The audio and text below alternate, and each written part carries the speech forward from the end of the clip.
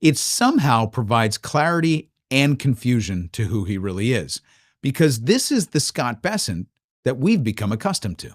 I've been to a protest. Yeah. Guess what? I didn't bring a gun. I brought a billboard. Look, I used to be a teacher. Well, Martha, in case you don't know it, I'm actually a soybean farmer. So, hedge fund manager, professional protester with a billboard, a teacher, soybean farmer, arrogant asshole. This guy's like a shitty Zelig.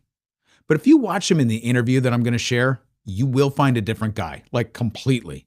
Now, it's an hour long, and it's honestly so rich with information that I didn't even know how to start clipping it. But if you've made it this far, then you're as fascinated by this guy as I am, and therefore I do say that it is essential viewing to understanding what's going on. Because the Scott Bessent in the 2023 interview is thoughtful. He's measured, empathetic even.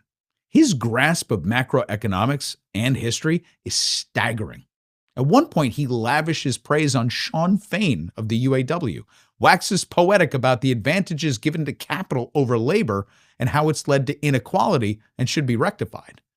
You can see him easily fitting seamlessly into a forum with Janet Yellen and Mark Carney and Jerome Powell or Christine Lagarde. There is zero daylight between the staunch defenders of globalism and the system as it is and classical economics and 2023 Scott Bessent. And I would argue that if this was your only exposure to him, and he was tapped by, let's say, Biden or Obama to be Treasury Secretary, it would have made all the sense in the world.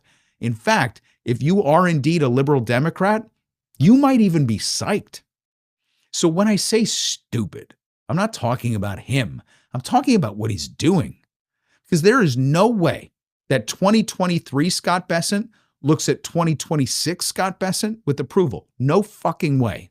So one of these guys isn't real, and that's what I can't figure out.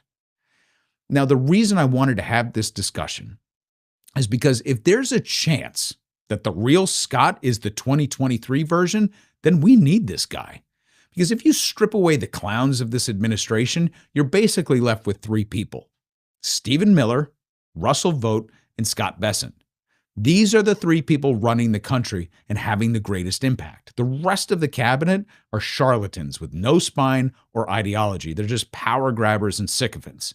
But these three guys are actually calling the shots, and they're moving